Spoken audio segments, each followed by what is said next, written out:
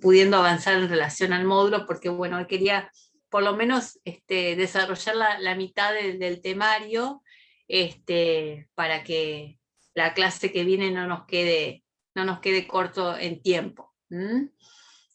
Así que avanzamos un poquito más y vamos viendo los tiempos. Creo que estamos bien, pero bueno, por las dudas, ahí vamos.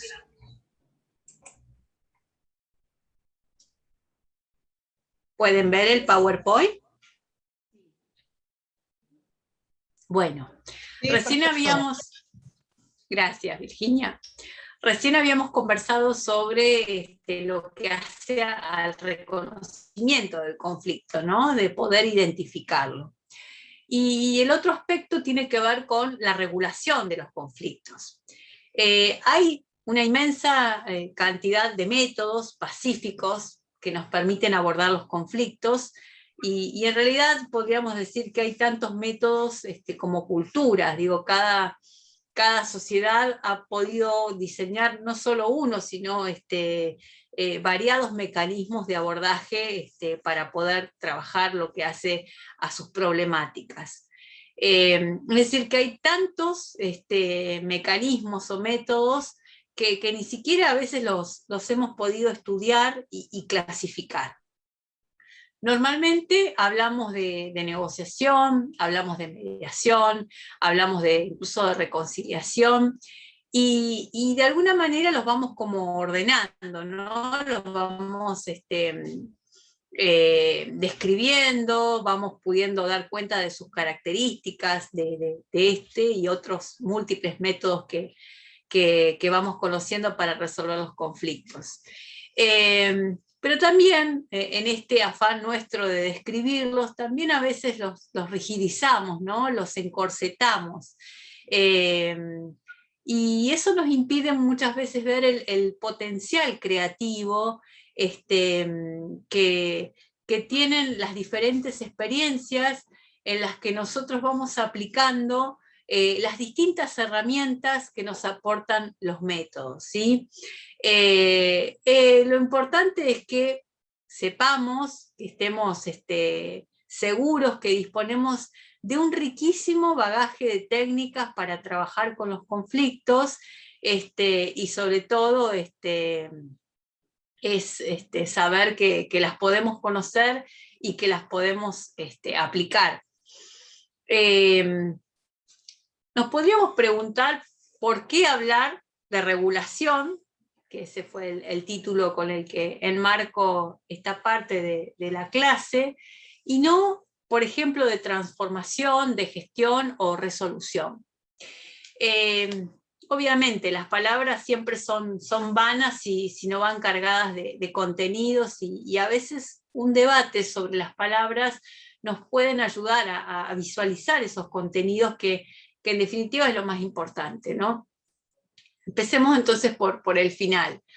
Resolución, a mi entender, pareciera indicar que el conflicto podría desaparecer, es decir, que hay como una suerte de halo donde el conflicto de alguna manera se disemina, desaparece del marco de nuestra atención. Gestión podría también dar a entender que estamos fuera del conflicto, ¿sí? Que somos de alguna manera ajenos a él cuando no siempre es así, ¿no? Cuando hablamos de transformación, yo les hablo de lo que a mí me impacta en relación a estas palabras. No estoy diciendo que sean la verdad, sino que tienen que ver con mi propio constructo conceptual.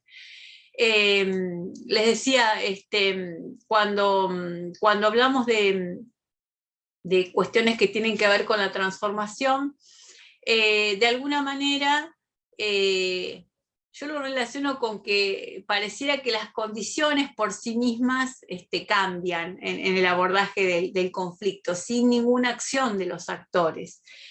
En cambio, regulación, y por eso es que la elegí, bien podría estar cualquiera de ellas, pero bueno, la elegí así, porque me pareció que se podía relacionar con la proposición de algunas reglas. Particularmente prefiero aunque tal vez la decisión que tomemos en uno u otro sentido no sea muy trascendental. Regulación por este significado que tiene que ver con una cierta estabilidad en el fenómeno del conflicto, y porque incluye, creo, a todo lo anterior. Incluye la gestión, incluye la transformación, incluye la resolución, digo, incluye la idea de proceso del que hablamos al comienzo.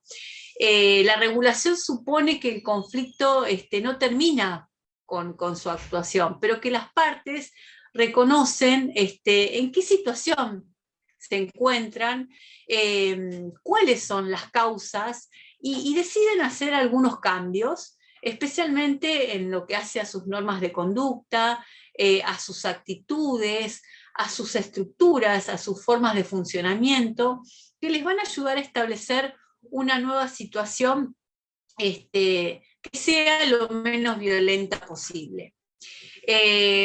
Para comenzar, es muy importante insistir en que cotidianamente nosotros, cada uno de nosotros, llegamos a regular muchísimos conflictos sin apenas hacer ningún ruido.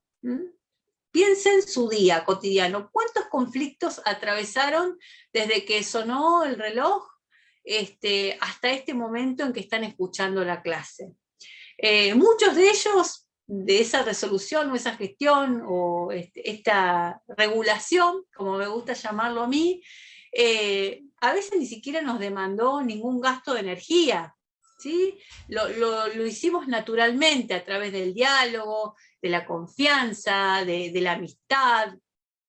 Otros hablarán de la filantropía, del altruismo, de la solidaridad, de tener o encontrarnos con acciones de cooperación, y otras muchas virtudes que poseemos y practicamos todos los días los seres humanos. Y esto también ocurre, entre muchas otras cosas, porque nos aceptamos como seres de la misma especie, que tenemos las mismas inquietudes y preocupaciones, y sabiendo que nos podemos comunicar y sobre todo que nos podemos ayudar. De esta manera, digo yo que estamos continuamente regulando conflictos que colaboran a nuestro bienestar.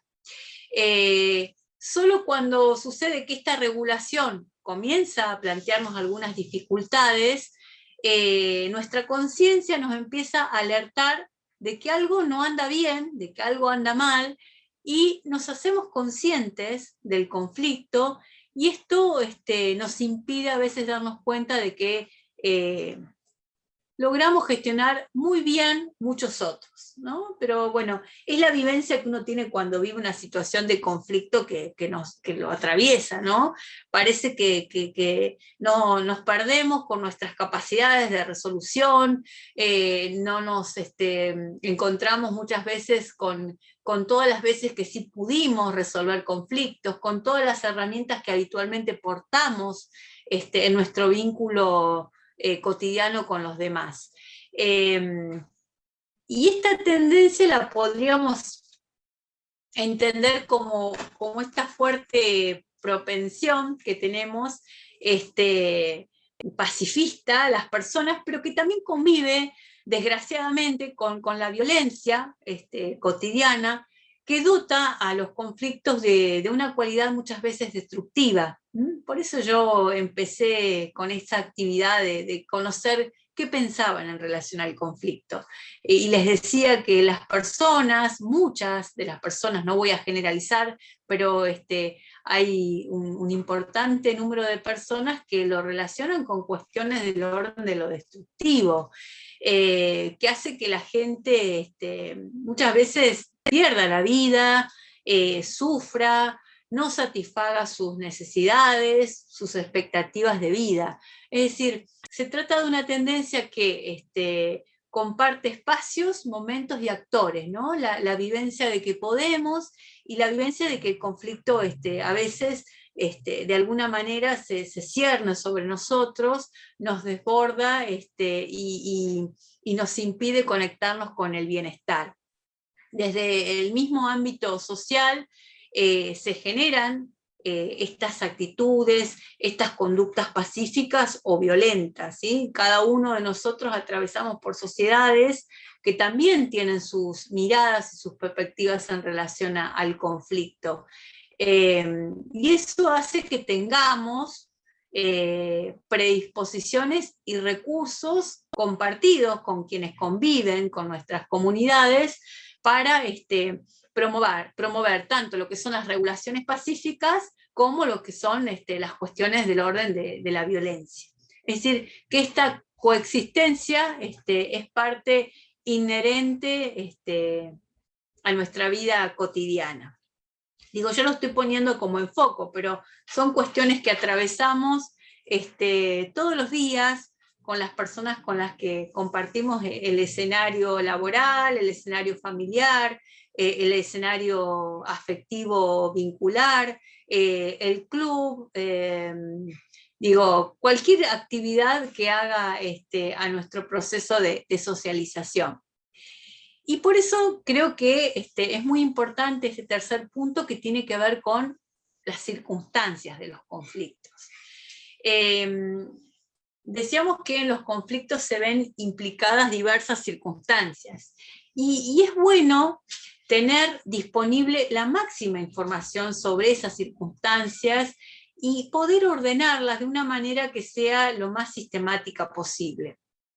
Para que podamos conseguir este fin, hay investigadores que nos proponen a veces, cuando yo comencé a estudiar, me acuerdo de aprender con algunos cuestionarios que de alguna manera nos permitían como organizar y detectar mejor todos los elementos que entraban en juego.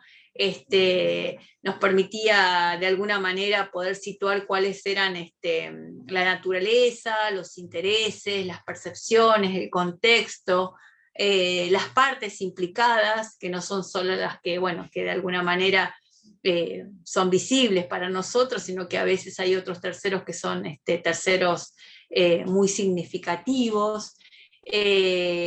¿Qué acontecimientos se dieron en torno a ese proceso conflictual?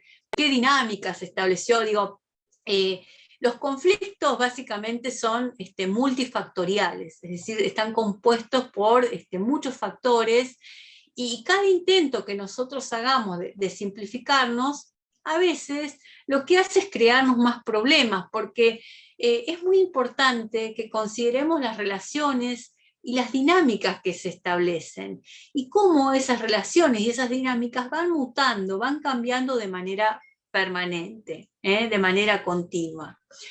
Por eso, digo, no hay plantillas mágicas, no hay cuestionarios que resuelvan y que nos permitan tener mucho orden, todo aquello, prolijito, aquello en lo que tenemos que intervenir. Lo que tenemos que tener en realidad es una mirada compleja que pueda tener este movimiento, que acompase el movimiento de los conflictos, ¿no? Y que nos permitan de alguna manera saber todo lo que ocurre en torno al conflicto y qué soluciones es posible dar. Por eso yo digo que la imaginación, la creatividad, el compromiso que pongamos en este intento de gestión nos va a poder ayudar a avanzar en lo que hace a la regulación pacífica de los conflictos. A través de las relaciones múltiples que establecemos las personas, los seres humanos, se van a potenciar los espacios en los que los intereses, los objetivos, estas percepciones de las que hablábamos hoy, estas conciencias, se van a interaccionar, ¿sí? Se van a comunicar, van a coordinarse y también a transformarse.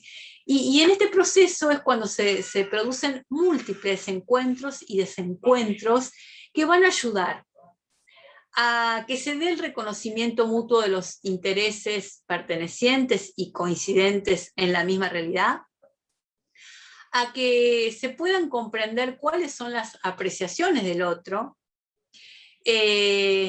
sobre todo este hermoso aprendizaje que es coexistir los unos con los otros, la emergencia de nuevas formas de colaboración, de convivencia y este necesario mestizaje, estas necesarias alianzas, estas necesarias discusiones, disputas, luchas, competencias, contiendas que también sabemos en muchas ocasiones pueden llegar a ser destructivas y aniquiladores. Si podemos detectar las circunstancias de los conflictos, sé que es algo complicado, especialmente si, bueno, nuestro interés es que podamos contribuir a que los resultados sean lo más pacíficos posibles, ¿sí? Pero es necesario atravesar ese momento de incomodidad que nos genera entender toda esta información que yo estoy dando, digo, cuán complejo es trabajar en un conflicto y cuánto queremos reducirlo desde nuestra mirada a veces simplista y queremos ordenarlo para poder dar una respuesta acabada y pronta que resuelva la cuestión. Tenemos que saber que en un primer momento siempre se producen cambios en los que aparecen o se perciben nuevas situaciones de desacuerdo y como consecuencia la información que se genera siempre vuelve a estar distorsionada, la gente se va a reforzar en sus posiciones y se tiende a veces a esto que decía hoy Marcelo, a producir como una cierta escalada del conflicto. A partir de acá, cuando yo tengo claro esto, que esto va a suceder, que esto es inherente a un proceso de gestión del conflicto, yo voy a lograr empezar a identificar cuáles son los hitos, cuáles son los espacios sobre los que las personas definen el conflicto, cuáles son los márgenes de debate y la aparición a veces de ciertos líderes o de interlocutores que son positivos para poder atender las circunstancias de los conflictos.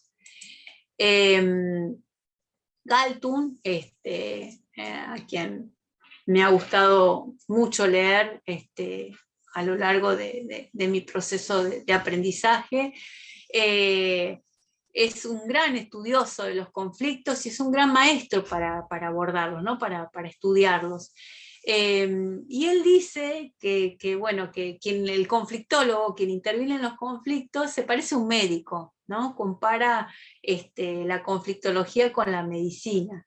Entonces él dice que siempre tenemos que seguir como estas tres fases que implican el diagnóstico, el análisis de la situación, el pronóstico, digo, hacia dónde pretendemos ir, cuáles son las posibilidades que tiene este conflicto. Melvina en una de las clases les hablaba de los conflictos mediables y no mediables. Bueno, todo esto está enraizado y vinculado. Y básicamente, ¿cuál es la terapia? Digo, ¿de qué manera los vamos a abordar? ¿Cómo vamos a lograr gestionarlos, transformarlos, generar la apropiación del conflicto y su transformación? Evidentemente nosotros estamos preocupados por las terapias, por la parte terapéutica de todos aquellos conflictos que nos muestran mayor virulencia. Pero bueno, yo creo que es muy posible que en la terapia tengamos que usar el diagnóstico, en el que tengamos que tener todas las constantes vitales de este enfermo, incluidas, no me gusta hablar mucho enfermo, pero digo, tomando un poco la alegoría de Galtung, y sobre todo pensar todas esas cosas que funcionaron bien, así de alguna manera lo que podemos es prever un pronóstico lo más adecuado posible. Ahora yo voy a intentar que avancemos y desarrollemos algunos de los aspectos que son centrales para la comprensión de la dinámica del conflicto. Es decir, la naturaleza del mismo, cómo se van articulando estas diversas circunstancias de las que recién hablaba, cuáles son los objetivos y las posiciones que adoptan estos actores, las capacidades y el poder, esta palabra que circuló hoy muchas veces, de cada una de estas partes y sobre todo los estilos y los métodos que se plantean en el desarrollo. Eh,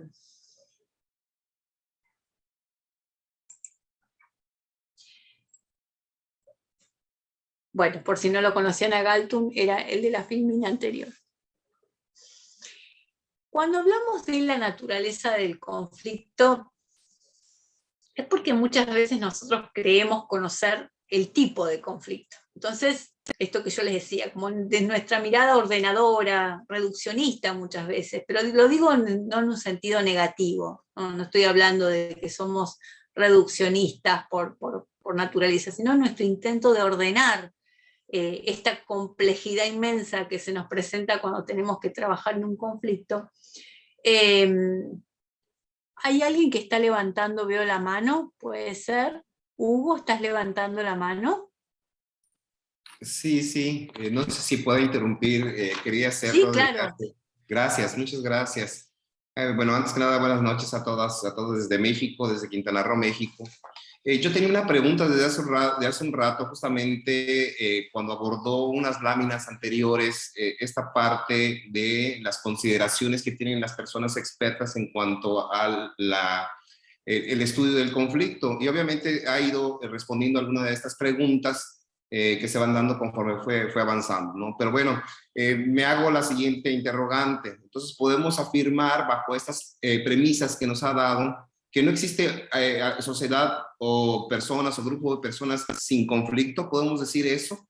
Y sobre todo, derivado justamente de este constructo y estas dinámicas sociales que tenemos, ¿dónde cabría la tolerancia a esta diversidad y sobre todo cómo abordarla desde la interseccionalidad, sobre todo para la resolución no violenta de los conflictos?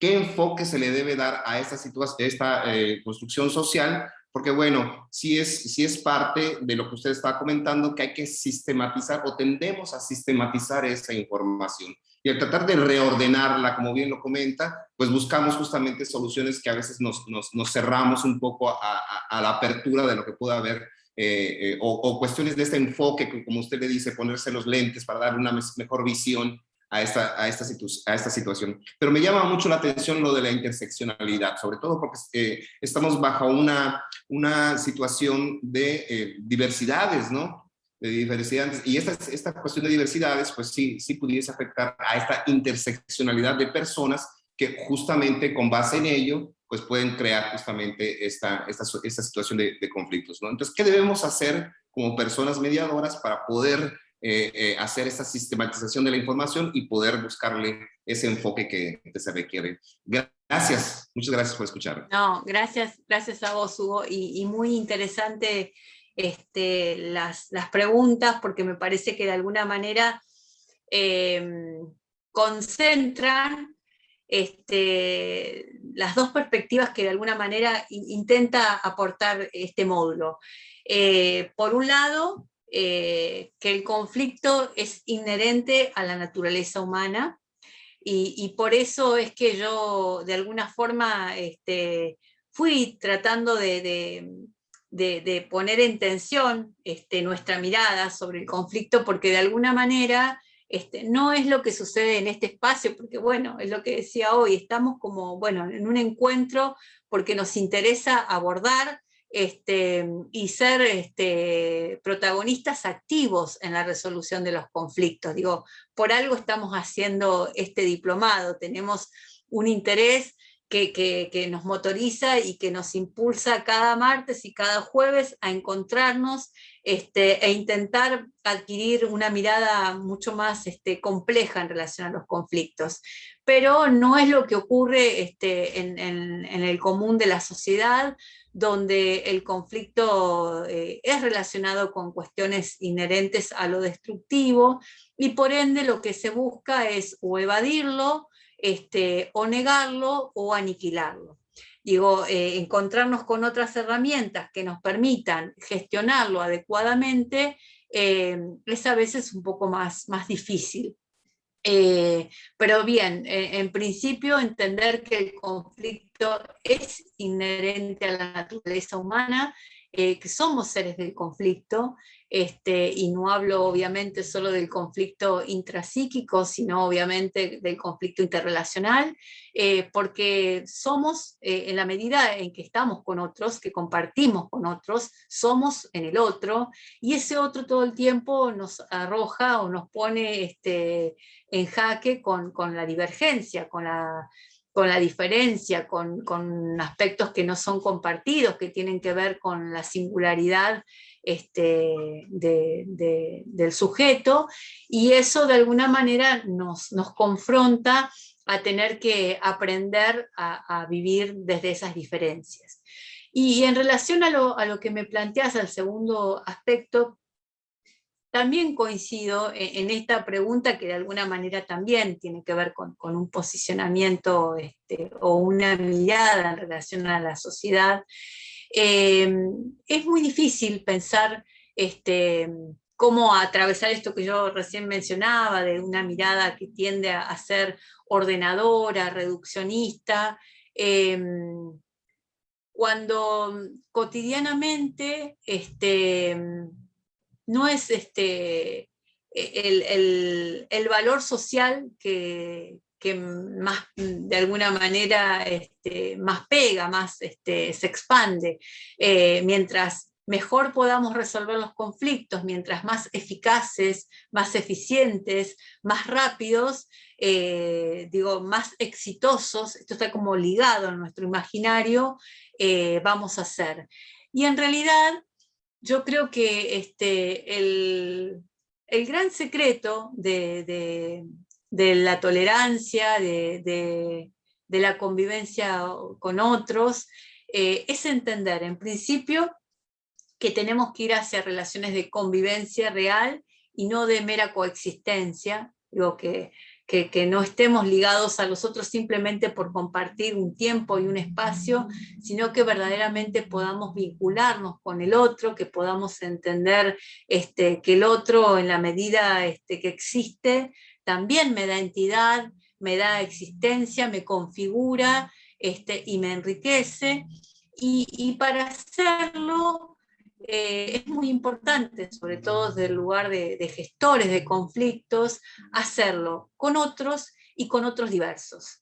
Los mejores aprendizajes de mi vida han sido con personas que nada se parecían a mí, que no venían de una formación parecida a la mía, y que generalmente me generaban hasta, podría decir, hasta una cierta tensión en mi mecánica o en mi modalidad de trabajo. Entonces creo que es muy importante nutrirse de lo que es la multidisciplina, la interdisciplina, y trabajar siempre desde una perspectiva de transversalidad. Yo creo, soy psicóloga social, esa es mi formación de base, creo en el trabajo grupal, soy una convencida que el trabajo nutre, enriquece, y que estos espacios de convivencia, cuando se logran convertir en ellos, y no solo de mera coexistencia, realmente permiten generar la reflexión, el diálogo, la escucha activa, la empatía, la sensibilidad, la tolerancia. Pero para eso tenemos que, bueno, hacer un trabajo sobre todo educativo, de que, bueno, de esto, de que cada uno de nosotros dentro de un rato salga al mundo, al mundo que no es virtual, y pueda replicar su experiencia, su aprendizaje en relación a la resolución de conflictos, y sobre todo que la pueda replicar mucho más que con la palabra, con su actuación, ¿no? Creo que esa es la llave de transformación social, y que nosotros, cada uno de nosotros, somos verdaderos agentes de cambio. Estoy convencida de eso. Pero bueno, seguramente vamos a ir pudiendo encontrar muchas más respuestas en la medida en que vayamos recorriendo otros conceptos. Así que abierta a que puedan sumar también sus opiniones. Muchas gracias, Hugo, por la inquietud, muy interesante tu enfoque. Gracias, muchas gracias. Bueno,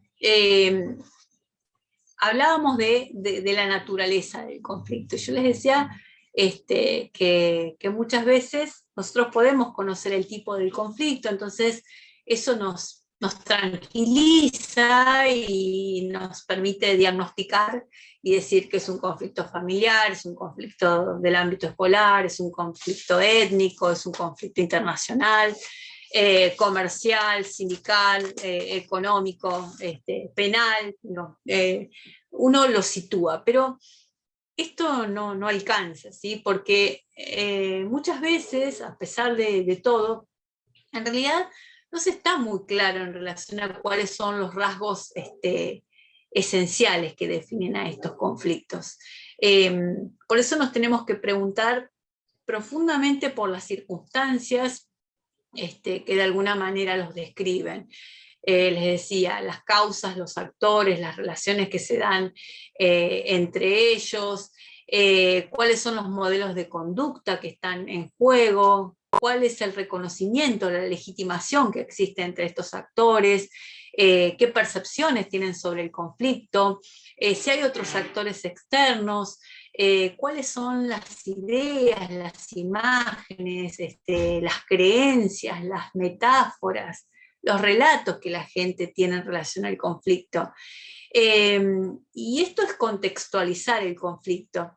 Y entonces tenemos que también entender, ahí sí, dónde sucede este conflicto, en qué espacio institucional se da, en qué lugar geográfico se desarrolla, en qué estructuras políticas y sociales opera, cuáles son las normas culturales y jurídicas que de alguna manera influyen en él, qué método de toma de decisiones tienen las personas. Digo, ahí recién podemos ubicarnos en la tipología del conflicto en el sentido del ámbito.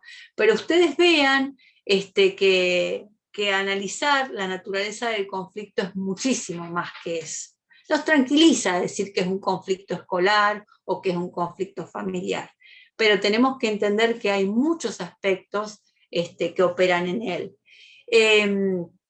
Y saber lo mejor posible qué partes son las que están implicadas directa o indirectamente en el conflicto y sobre todo qué grado de implicación tienen, qué tipo de relaciones establecen, es una tarea muy importante que tenemos que realizar quienes intervenimos en los conflictos. Porque, por ejemplo, eso nos va a permitir que podamos distinguir quiénes son los actores primarios o los actores principales, quiénes son los actores secundarios, y aunque a veces, muchas veces los primeros sean los, sin lugar a dudas, los más importantes, sin embargo, a veces la llave de transformación del conflicto puede estar ubicada en los segundos, ¿sí? En los actores secundarios. Es muy importante pensar cuáles son los terceros significativos que operan en los conflictos, ¿sí? Esos que son invisibles, pero que son muy efectivos cuando las personas intentan dirimir sus cuestiones. Obviamente también cuando nosotros indagamos en las causas, en el origen de los conflictos, es muy aconsejable que veamos qué precedentes hubo, cuál es la historia previa entre estas dos personas, o entre estos dos grupos, o entre estos dos países, ¿sí? ¿Cuál es la coyuntura que se produce? Y sobre todo, ¿qué coyuntura producen las interacciones que existen entre los actores? Si hay precedentes de relaciones que sean constructivas o destructivas. Digo, esto nos sitúa en una perspectiva absolutamente multidimensional sobre el conflicto.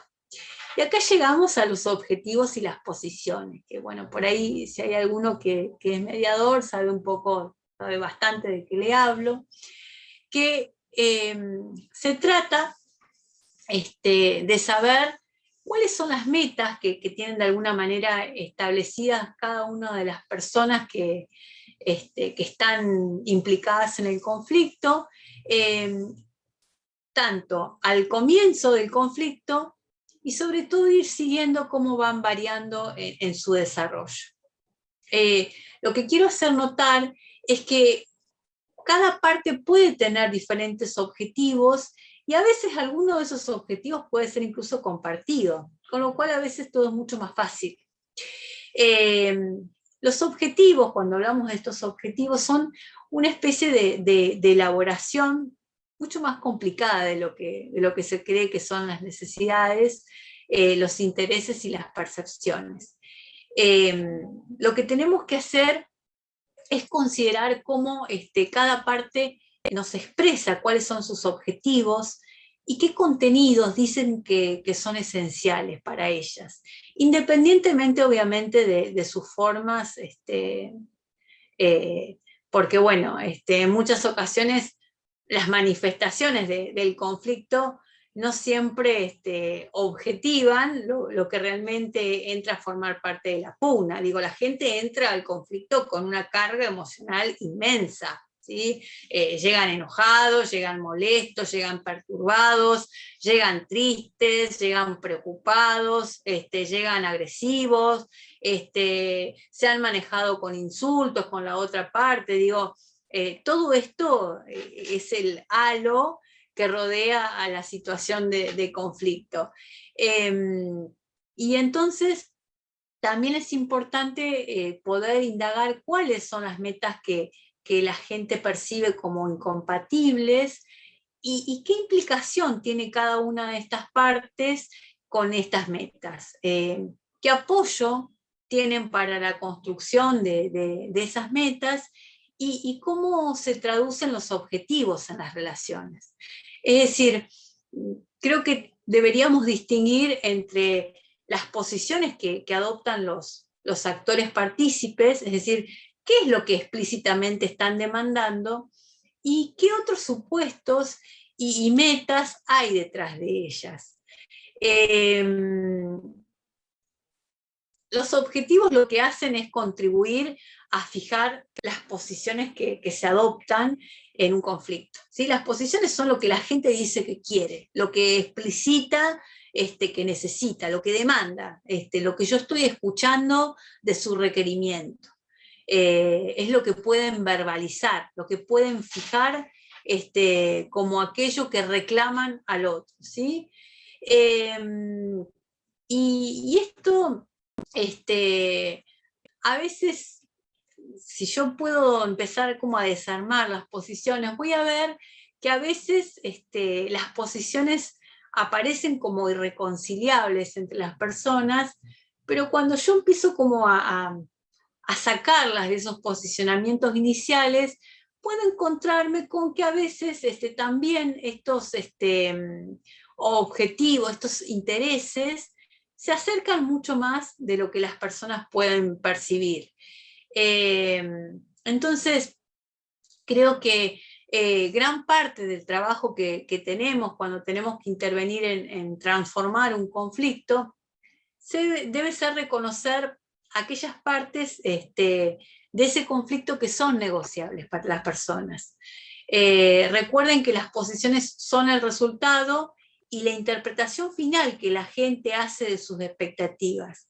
Y por esta razón a veces son más difíciles de modificar. Pero si nosotros podemos llevarlos de sus posicionamientos iniciales a sus intereses, posiblemente encontremos zonas de negociación que antes de alguna manera estuvieron vedadas para las partes. Hay alguien que está con ruido, Guillermina, si podés silenciar tu micrófono.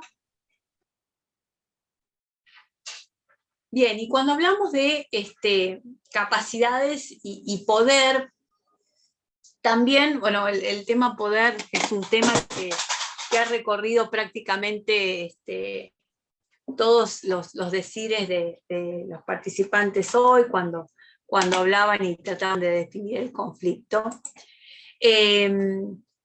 Es una parte primordial para muchos investigadores que estudian el conflicto y que piensan que lo que está en juego en el conflicto son los aspectos del poder. Hoy una compañera hablaba de Bourdieu. Y hasta cierto punto esto puede ser una verdad porque, bueno, lo que se quiere, lo que se pretende, lo que se de alguna manera reivindica, es la capacidad de decidir sobre la satisfacción de estas necesidades e intereses. Si nosotros al poder lo entendemos como la capacidad para incidir y decidir sobre las condiciones de vida, es lógico que cada persona o grupo vaya a intentar tener el máximo de poder posible. ¿Para qué? Para básicamente de esta manera satisfacer las expectativas. Ahora, saber qué poder posee cada actor, cuáles son sus bases y cómo está estructurado, es lo más interesante. Porque a veces el poder uno lo ve como algo también unívoco, ¿sí? Como algo único, y en realidad el poder es muchas cosas. La mayor parte de las veces la distribución del poder claramente es asimétrica porque existe una disparidad entre los medios disponibles, no les cuento nada que no sepan en este mundo en el que vivimos, y por cada una de las partes también esto sucede para incidir en la realidad y en la consecución de los objetivos. O sea, a ver, un ejemplo puede verse en la tensión que a veces se da entre los gobernantes y los gobernados, ¿no? Entre trabajadores y empresarios, entre actores con diferente potencial demográfico o de recursos, entre personas de diferente formación. Digo, estos juegos, estas asimetrías de poder, son parte estructural de todas las organizaciones sociales por las que atravesamos los sujetos. Pero también nos podríamos interrogar acerca de cómo reconoce cada actor sus propias capacidades y las de los demás, tanto en sus relaciones internas como en las establecidas con el exterior. O sea, que se trata de un elemento mucho más complejo y un elemento central. ¿Cuáles son las dependencias que se establecen entre ellos? En este juego de mutuas interdependencias. ¿Cuáles son esas interdependencias? ¿Qué piensa cada uno ganar en esta situación? ¿Qué repercusión tiene para sí mismo el ser ganador o el ser vencedor de esta situación conflictual? ¿Cuál es la correlación de fuerzas que cada parte cree que existe y qué cambios se pueden producir al respecto?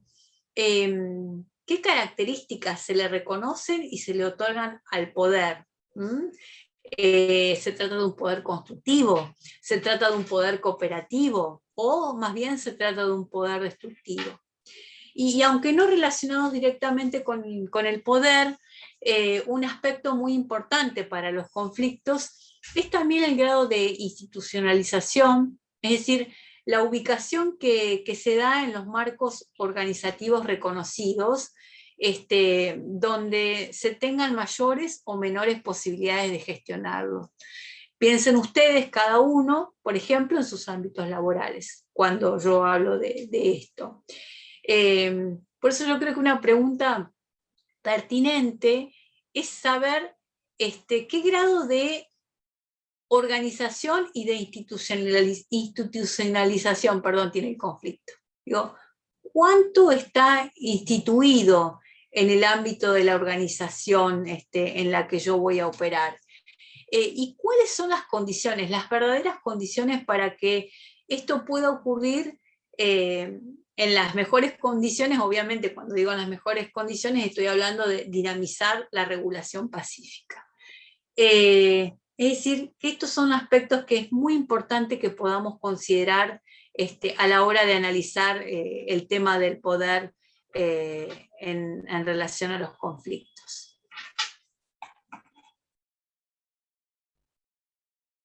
¿Puedo participar, Jimena? Sí. Ok, gracias. Mira, ahorita que estás diciendo eso, hoy en la mañana tuve una mediación, ¿no? Entonces, tenía a 2 personas que ambas se sienten empoderadas, una empoderada por poder político y la otra empoderada porque tiene información. Por ejemplo, la información que ella tiene es cuánto gana su pareja y el otro se siente empoderado por el puesto político que tiene, ¿no? Pero me pregunto yo,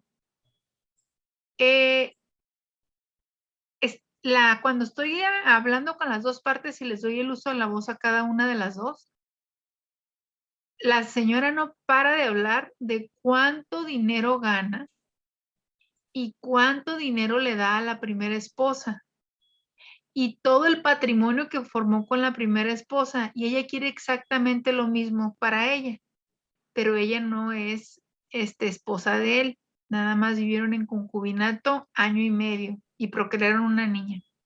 Mi pregunta es, ¿cómo hago entrar en razón que no es lo mismo tener una relación de 15 años a tener una relación de año y medio y que quiere exigir una pensión alimenticia estratosférica y que se esté valiendo de grabaciones y todo eso? Porque entonces, de hecho, ella fue la que pidió la mediación, curiosamente, no la pidió la otra persona, la pidió ella. Incluso el señor aceptó y pagó para que se hiciera la mediación porque ella dijo que no tenía dinero para pagar cuando ella gana, pues, la mitad de lo que él gana, pero de todas maneras gana ella muy bien. Ahí, cuando tú dices, cuando llegan las partes, llegan enojadas, llegan unas pues por intereses de poder, otras, aquí yo lo detecté y era por uno por intereses económicos, ¿verdad? Y el otro no tenía, el otro tenía más bien temor a ser exhibida su vida personal por los cargos que ha tenido, ¿no? Entonces, ¿cómo manejarías tú ese conflicto desde los ejemplos que nos has dado? Porque a veces puede haber, cuando son intereses en común, bueno, como por ejemplo el compañero puso el de la naranja, ¿no? Las dos chicas estaban peleando por la naranja, pero en la naranja una se estaba peleando por la carne de la naranja y la otra se estaba peleando por el jugo de la naranja. O sea, eran los mismos intereses, pero al final de cuentas era un objetivo, pero los dividía. Yo les hago una pregunta circular y le digo, ¿qué es lo que les importa aquí?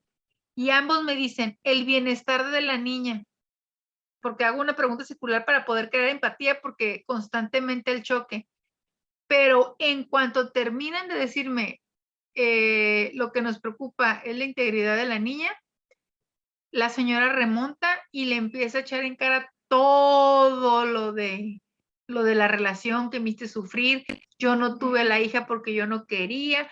O sea, entonces yo digo, bueno, una mujer ya de 40 años o de 30 y tantos años que diga que la obligaron a tener un hijo porque si no la iban a dejar, pues que hubo violencia doméstica. Entonces, a veces ya no sabes si mandarlos con el psicólogo o realmente hacerlo una mediación, porque nosotros como mediadores, ok, tenemos las herramientas de mediación y yo tengo las herramientas de mediación, pero si una persona se aferra y va a la mediación con toda la mala voluntad de perjudicar a otra persona, ¿qué tú crees que debe de ponderar más? ¿Las técnicas de mediación o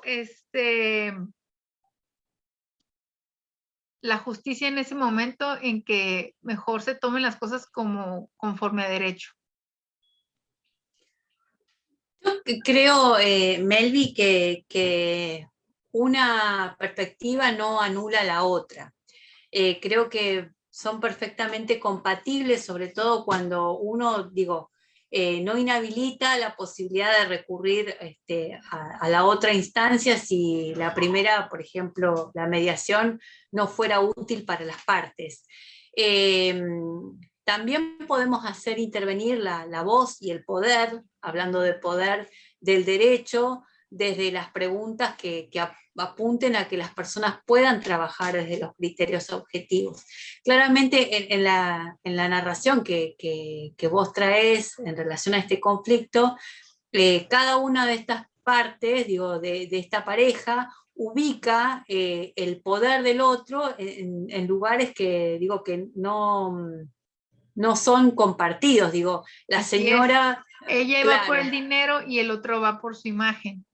exactamente, pero digo, hay un interés común que tiene que ver con el bienestar de esta hija, y más allá, digo, desde qué lugar nosotros podamos pensar cómo manifiestan o cómo han intervenido en el conflicto, siempre tenemos que pensar que lo han hecho desde lo que mejor han podido y cómo han aprendido a resolverlo, ¿no?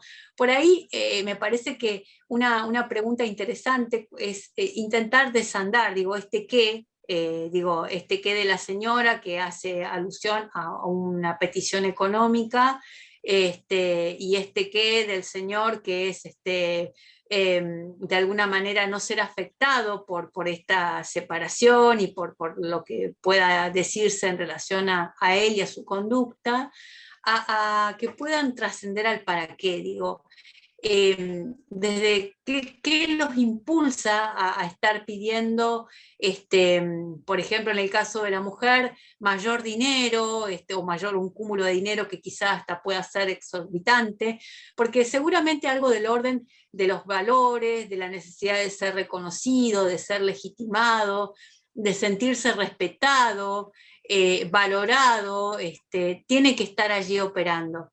Los valores a veces se salen de las posiciones, es decir, como que las posiciones los limpian, pero siempre están operando en el fondo de las problemáticas.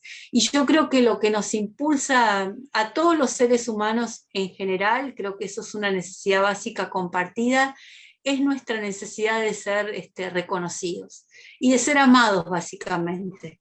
Y entonces cuando uno puede de alguna manera llevar a las personas a que puedan entender cuál es el significado del otro en su propia vida, digo, cuál ha sido el valor que este otro ha tenido como padre, como esposo, como pareja, y apostar a construir un futuro común como pareja de padres, ya no como pareja amorosa, quizá se puedan reposicionar en un escenario diferente.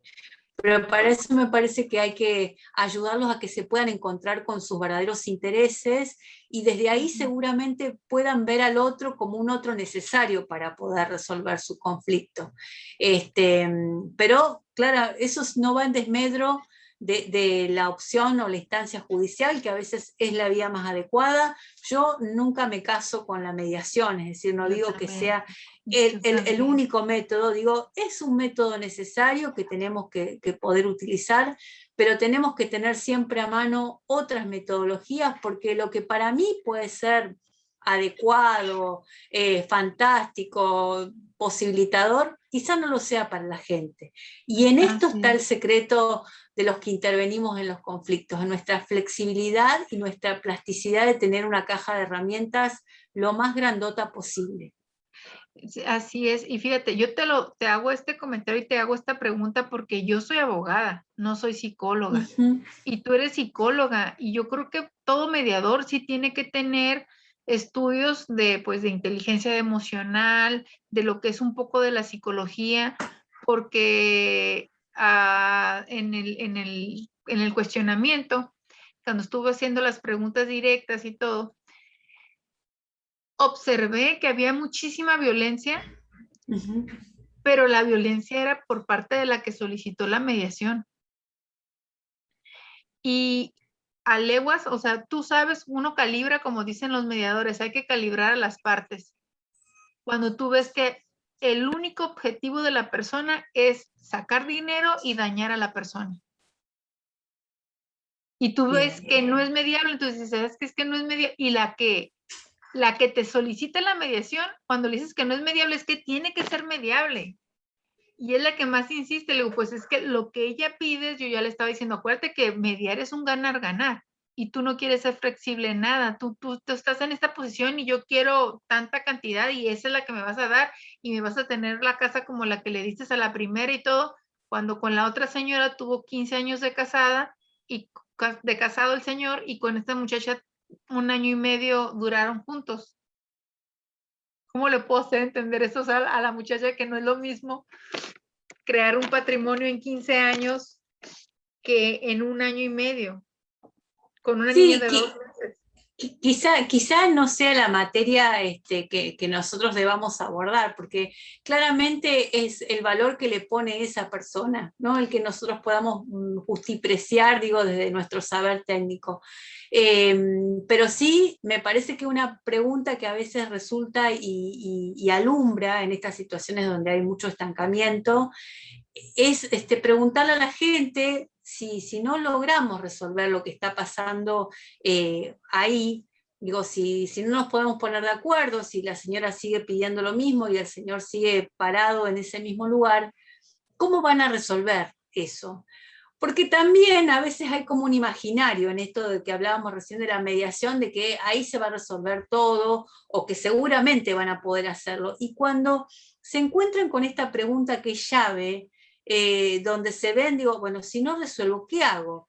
Y ahí se dan cuenta que muchas veces no tienen alternativas, que no las han construido, digo, meten presión en ese espacio para ganar y que el otro pierda, pero no se han puesto a considerar qué sucede si realmente esto no es posible.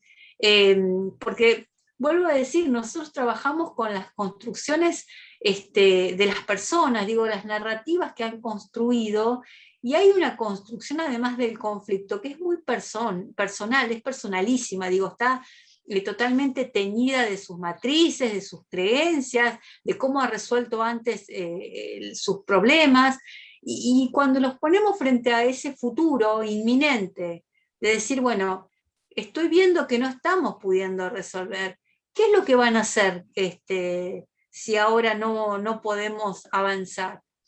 A veces ahí la gente como que toma conciencia, claro, toma conciencia de que realmente se está poniendo en una situación de mucho encierro, de autoencierro.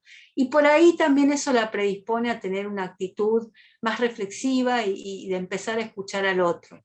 Y a veces sí, es cierto, el juicio es el mejor escenario posible. Muchas gracias, Jimena. Me atreví a hacer Gracias, esta Melvi. pregunta porque la verdad va enfocada con lo que estás diciendo y tú querías ver el lado psicológico, en el lado más psicológico. Yo soy como que más abogada, entonces a veces sí es bueno quitarte el chip de abogada y ponerla. Me dices muy buenas herramientas, Jimena, las preguntas. Jimena, ¿me permite para hacer un comentario en este aspecto de lo que está diciendo Melvina? Sí, Marta. Hay un principio que es muy útil de programación neurolingüística, que también ayuda a generar opciones, y es que dice que todos los mapas son correctos. Nadie está equivocado, todos los mapas son correctos. O sea, yo puedo tener una visión, Jimena, Melvina, Hugo, los demás. Entonces, en una situación de esta, escuchar a las partes, como lo estaba diciendo ella, es importante que nos salgamos un poquito del caso porque necesitamos verlos como diferentes opiniones y respetar sus opiniones porque son desde su perspectiva y traen una historia detrás de cada eso, ¿no? Entonces, seguramente aquí, en el momento en que se busquen otra forma de expresar eso que tú estabas comentando, Melvina, cuando decías, es que cómo le digo que a 1 año y medio no es lo mismo que 15, o sea, ¿cómo le digo? Bueno, seguramente vas a encontrar una opción en eso porque respetar la postura de unos sin que nos gane la emoción de tratar de generar nosotros la parte de que nos gana, porque es natural que nos gane a nosotros los abogados. Sí, la verdad que hoy sí me ganó Marta. Y pones la balanza y dices, ¿pero cómo? Entonces, no, pero nos volvemos en ese momento casi... Opté por cortar la mediación. Sí, entonces se corta. Y ya cuando nos enseñan un principio ahí, de que todos los mapas son correctos cuando tienen diferentes opiniones, entonces lo que tenemos que hacer es retirarnos tantito, nosotras o nosotros. Yo ¿sí? me retiré. Respirar, hacer y tratar de volver a no Engancharte. Exactamente, para poder generar opciones, porque nos sucede mucho eso.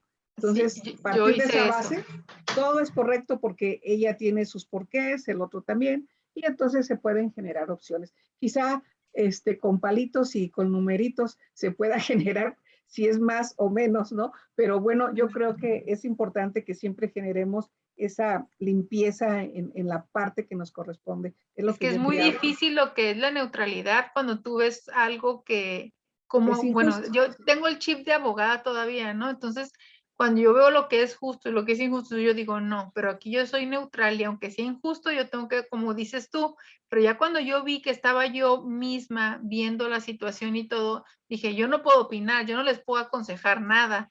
Entonces, lo opté porque, ¿saben qué? En esta sesión creo que no están en la mejor postura porque pues los dos están muy alterados, no se llegaban a nada con preguntas circulares, con preguntas así.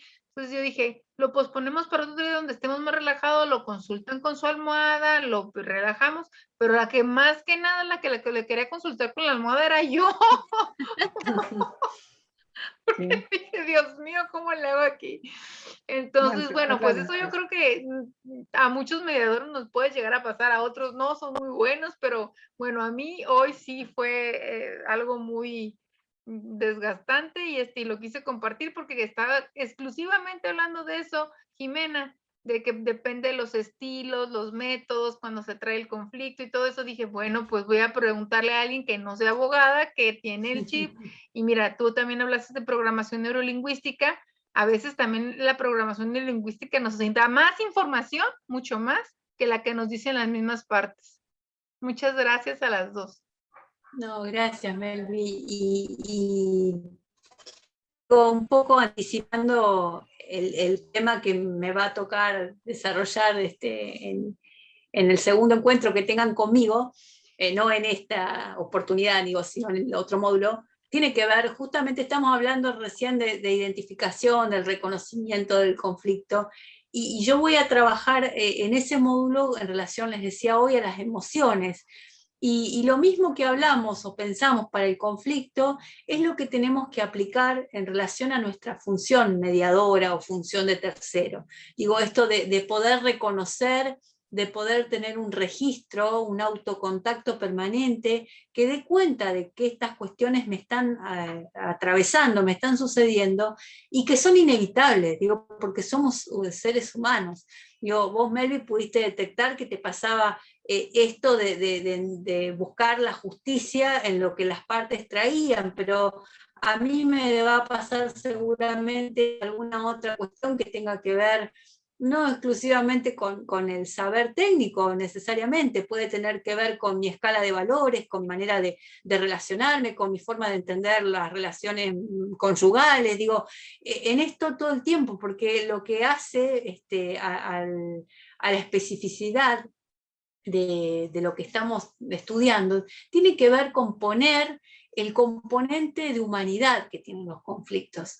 Y en la medida que nosotros los podamos reconocer, que los podamos identificar, también va a ser mucho más fácil llegar a gestionarlos. No es anulándolos, descartándolos, haciendo que no existen como van a perder entidad, sino justamente pudiendo dar cuenta de eso que me está pasando, digo, tuviste la sensibilidad de darte cuenta que eso te estaba atravesando y poder poner un freno a esa situación como para poder reordenarla y proponerla de una forma que sea posibilitadora para las partes.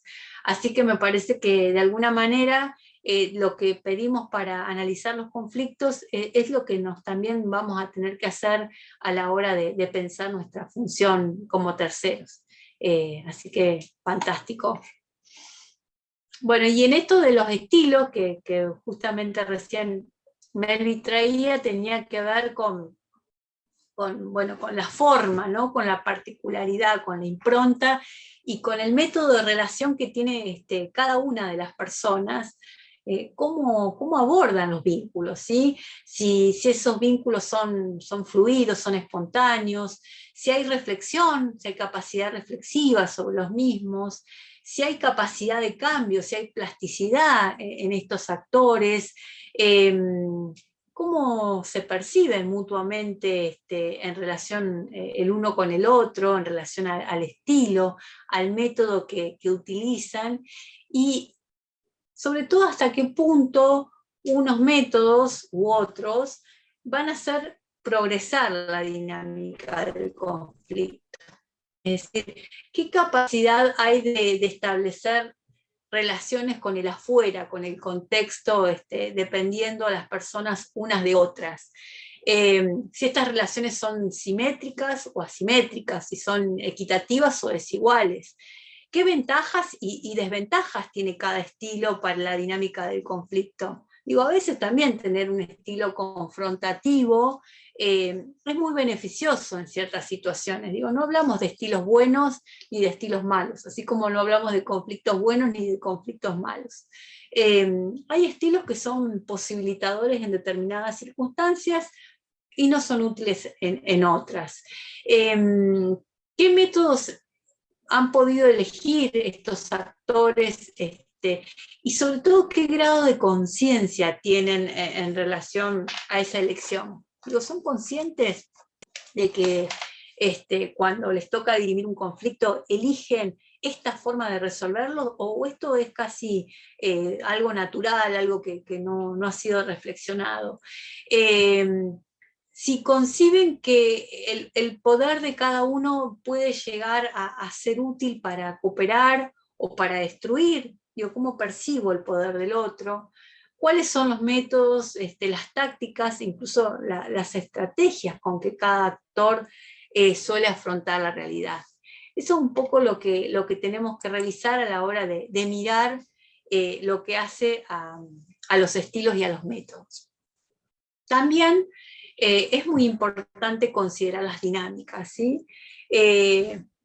Cuando hablamos de las dinámicas, hablamos de muchas circunstancias que están actuando, interviniendo, y que de alguna manera impulsan a la formación de coaliciones, de colisiones, ¿sí? de choques, de alianzas también, y la formación del poder de los actores. Es decir, yo siempre digo que siempre tenemos que considerar que todo esto en el devenir también puede cambiar, o se espera, es esperable que cambie, y se pueda volver a reestructurar cada coyuntura. Es decir, lo que hace las regulaciones pacíficas o violentas va a estar directamente determinada por todas estas potencialidades que yo mencionaba recién, y es por eso que yo insisto de alguna manera en que miremos muy precisamente estos aspectos. Observemos cómo se comportan los elementos que fuimos señalando a lo largo de la clase, y sobre todo que los podamos ir viendo con el devenir de los días, de los meses, incluso a veces hasta de los años, cómo se posicionan estos actores, cuáles podrían ser las hipotéticas vías de salida. Y es eso lo que opera o lo que hace a la dinámica del conflicto. Todo eso hace a la dinámica del conflicto. También se podría distinguir entre cómo se precipitan los acontecimientos inicialmente, cómo se definen o emergen, cómo se transforman, cómo proliferan esos desencuentros iniciales. A veces una de las tendencias es a la mayor polarización entre los actores, es decir, se fijan más todavía en sus posiciones, tomando el ejemplo de Melvina. A veces está esto de la bipolarización, en la que solo participan dos actores, ¿no? Como dos líderes que pueden hacer que el conflicto evolucione todavía hacia situaciones más complicadas y violentas. Es decir, a veces los conflictos pueden entrar en una espiral en la que cada parte retroalimenta la valoración y la hostilidad hacia la otra.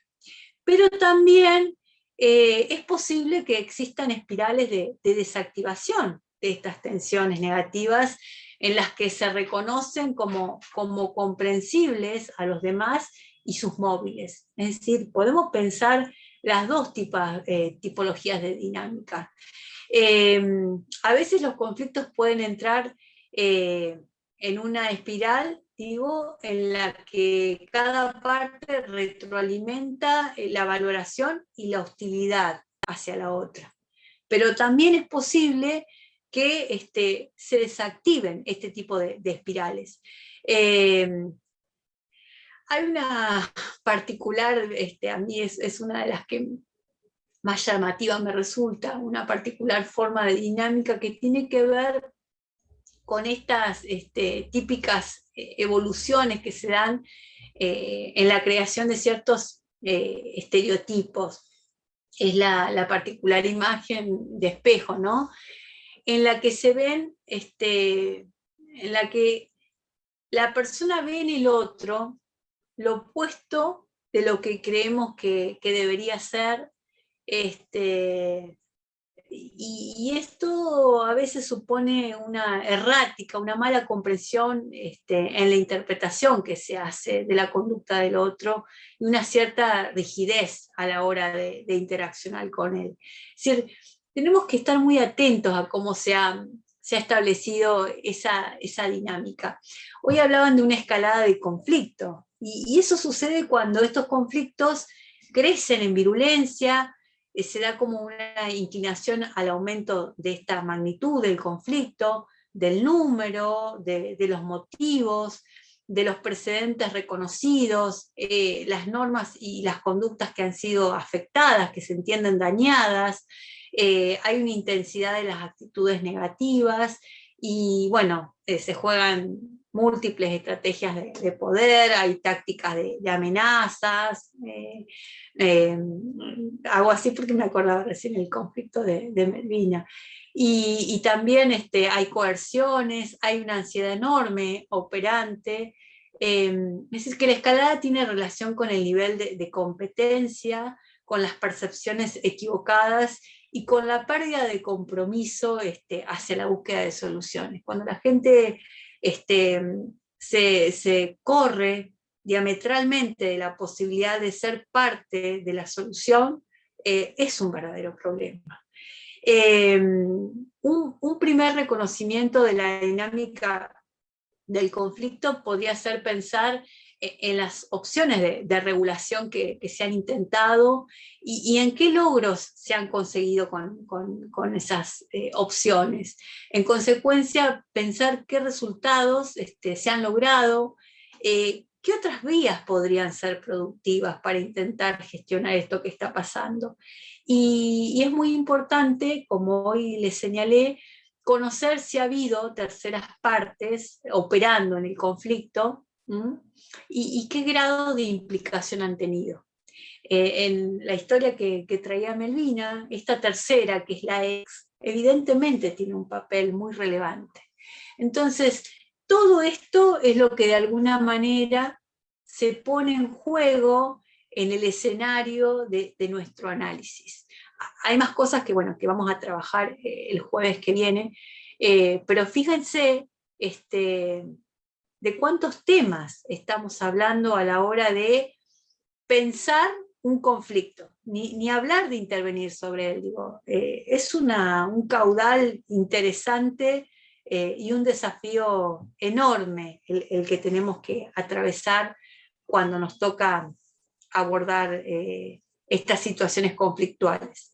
Pero la mejor manera de poder hacerlo y lo que nos da la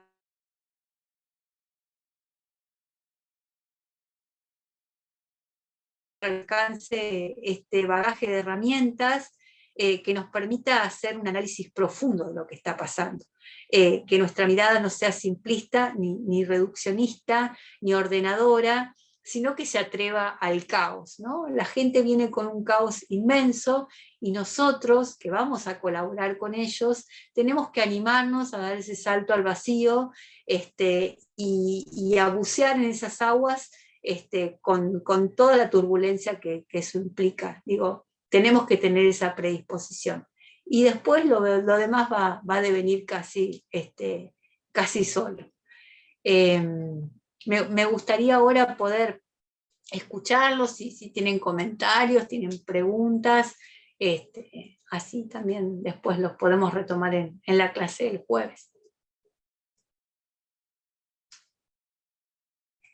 Si he sido clara, si hay cosas que no quedaron A mí sí me sacaste mucho de duda. entendidas. Me hiciste sentir bien cuando me dijiste, hiciste bien desengancharte y retirarte y decir, vamos a cambiar la sesión para otra parte. Es que te voy a decir una cosa, los libros dicen cosas muy bonitas y la teoría es muy bonita, pero cuando lo estamos viviendo en la práctica realmente nos enfrentamos a retos y también nosotros, como lo dice Marta, somos seres humanos, entonces también quieras o no, tenemos que tener ahí la inteligencia para saber, aquí estoy perdiendo el sentido del mediador neutral y aquí ya me está entrando el sentimiento o mi valor, como dijiste tú en tu caso, tus valores o a mí el chip de abogada o ser muy neutrales. Y la verdad para mí tu respuesta fue muy sabia porque la pregunta es, ¿a dónde quieren llegar si en dado caso esto no se vuelve, si no se resuelve aquí?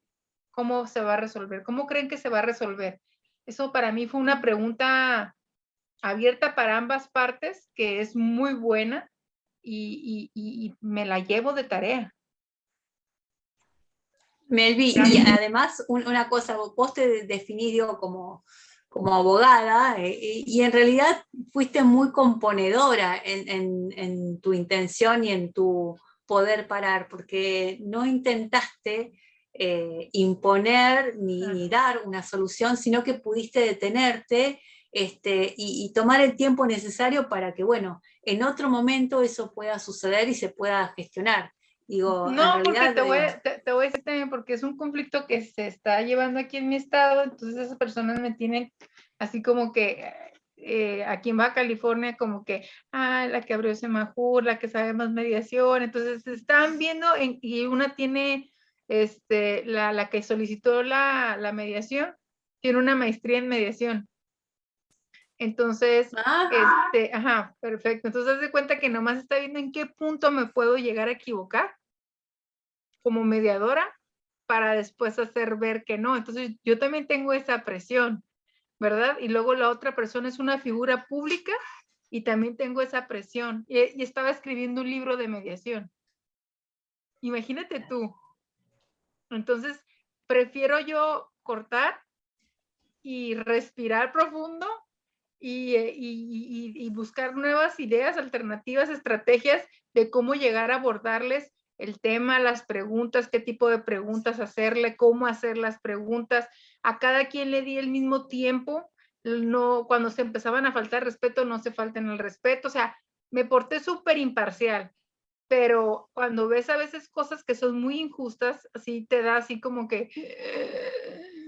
Entonces, como tú dices, a ti te entran los valores, lo que es más lo sentimental, lo emocional, pero sí es difícil ser mediador y más con los mediadores, porque cuando los mediadores te piden que tú les lleves la mediación, se supone que, pues se supone que pues tú vas a ser nuestra mediadora, se supone que tú, tú sabes mucho, ¿no? Entonces, a ver, resuélveme el conflicto, pero quieren que se los resuelva a beneficio de cada una de las partes. No van abiertos a un ganar-ganar, van abiertos porque los dos son abogados mediadores, van abiertos a un que te voy a ganar y te voy a ganar. Bueno, ahí se pone como en juego un poco cómo cada uno se sitúa en relación a la función mediadora. Yo siempre digo que cuando me toca intervenir en un conflicto, lo único que sé es que no sé nada de la gente. Y eso de alguna manera me permite o me ayuda, no es que lo logra por sí mismo, pero empezar como a despojarme de mi marco de referencias para intentar operar en el marco de referencia de las personas. Digo, cuando yo sé que lo único que sé es que no sé nada del otro, y que el otro es necesario para que yo pueda ayudarlo, digo que es fundante para que pueda trabajar en sus conflictos, también genera una relación primero de legitimación, de revalorización, y fundamentalmente de poder compartir una cierta simetría que no está dada por el rol, porque claramente uno es parte y el otro es mediador u operador en conflictos, pero sí tiene que ver con el marco de saberes. Entonces, en la medida en que yo me sitúo en una posición de no saber, lo pongo al otro en un posicionamiento de saber, y pongo a cada uno en ese mismo lugar, ¿no? Entonces, Yo no, de ninguno de alguna los dos manera... son mis amigos, ¿eh? Ninguno de los dos son mis amigos, son conocidos, son gente que es muy conocida en el medio, pero como ellos me tienen el concepto de que yo soy muy conocida en el medio aquí en el estado por este tema, pues acudieron a mí. Pero No, y ellos, además, Melvi, seguramente eso opere, porque digo, en esto de la humanidad del mediador, opere también, es un condicionante a la hora de trabajar con otros. Digo, hacerlo bien, digo, también están en juego no solo los intereses de las partes, sino también los intereses del mediador. Digo, hacerlo bien, cumplir con las expectativas, de alguna manera, llevar a cabo la función tal como se la espera de mí, y todas esas cuestiones están presentes, producen efectos, y lo importante es tener esta capacidad, vuelvo a decir, de poder decir, bueno, a ver, me tomo un momento, me subo al balcón, me tomo un tiempo hasta la próxima reunión para poder ordenar qué es de ellos y qué es mío, y de alguna manera establecer un nuevo escenario de juego.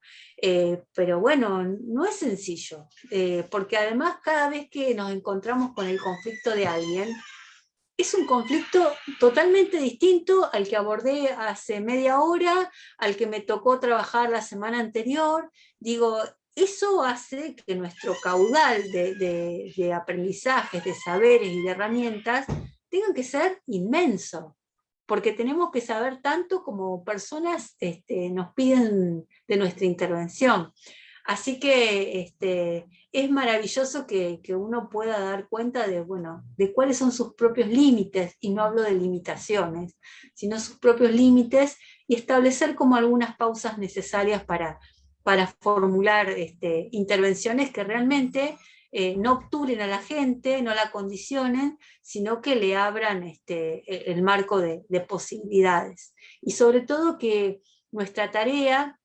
Yo siempre me defino y digo que yo no trabajo para que la gente llegue a acuerdos. Si eso sucede, maravilloso, lo aplaudo y me encanta, me da mucha satisfacción, pero yo soy una trabajadora de la apropiación activa del conflicto. A mí me gusta laburar para que la gente pueda apropiarse activamente de lo que le pasa, pueda de alguna manera reconocer esto que hoy fuimos abordando. ¿Cuál es su conflicto? ¿Qué quiere hacer con él? ¿Cómo llegó a él? ¿Desde qué lugar lo ha construido? ¿Qué lugar tiene el otro en ese conflicto? ¿Qué relaciones de poder están en juego? ¿Qué marco de valores? ¿Desde qué matrices? Digo, todo esto, que mis preguntas, que las herramientas que yo pongo a disposición de la gente les sean útiles para hacer un análisis profundo de su situación de conflicto, y que después decida lo que quiera. Y yo poder acompañar en esa decisión, que a veces no vaya a ser la que yo quisiera para él, pero es la que realmente ha podido elegir, digo, que ha podido tomar una decisión informada en relación a su conflicto. Por eso es muy importante que quienes trabajamos en estos escenarios todo el tiempo nos preguntemos el para qué de nuestra tarea. ¿Para qué hacemos lo que hacemos? Es una pregunta que yo recomiendo mucho formular varias veces a lo largo de de nuestra función, porque a veces esa respuesta se resignifica y a veces sigue igual. Ok, que ya nos quedan 10 minutos nada más y pregunta Alejandra, Víctor Monroy y Marcelo. Entonces, ¿a quién le quieren dar primero el uso de la voz? A Alejandra porque es la dama y después ahí entre Marcelo y Víctor, ¿les parece bien? Adelante, Alejandra. Hola, buenas tardes. Muchas gracias. Ahorita que comentaba Melvina de que sintió presión en esa mediación. Yo ahorita me sentí identificada con ella porque me llamaron a la oficina para hablar con uno de mis superiores. Entonces, sentí la misma presión en el sentido de que como si hubieran esperado que no me molestara un hecho anterior que había pasado, que por el cual me habían llamado, ¿no? Y me sentí de esa manera porque como yo estoy en el área de justicia alternativa, pues como que estamos forzados a sacar, a tener siempre nuestra mejor perfil o nuestro mejor ánimo, que no tiene nada de malo, ¿no? Absolutamente, porque es indispensable, sobre todo porque estamos atendiendo a usuarios que tienen una serie de emociones y aparte compañeros de trabajo que también tienen sus propios procesos. Entonces, me llamó mucho la atención así lo mismo, o sea, cómo esperaban que hubiera reaccionado yo, pero dije, pues al final de cuentas sí es cierto, dije, soy humana. Y ahorita me llamó mucho la atención lo que estaba diciendo Marta sobre, o que me lo pudiera explicar la ponente, el tema del PNL, de cuando dice que todos los mapas son correctos de percepción. Ahí yo, por ejemplo, me quedé pensando porque a la percepción de todos, pues es correcto, pero ¿cómo podemos embonarlos o cómo poder comprender el otro mapa? Ahí todavía me queda un poco de duda al momento de hacerlo. Yo creo que Melvina sí lo comprendió ahorita, o si igual si ella me lo pudiera retroalimentar a mí, porque no lo comprendí. Pues entonces ahorita que pasó esto, me gustaría entenderlo o saber cómo llevarlo, encaminarlo a una oportunidad, ¿no? Porque creo que fue un tema de percepciones, pero sí yo sentí una molestia, ¿no? Que me hayan dicho que se dio de una forma de la cual yo no, que soy ajena, pues, y que no la percibí a final de cuentas.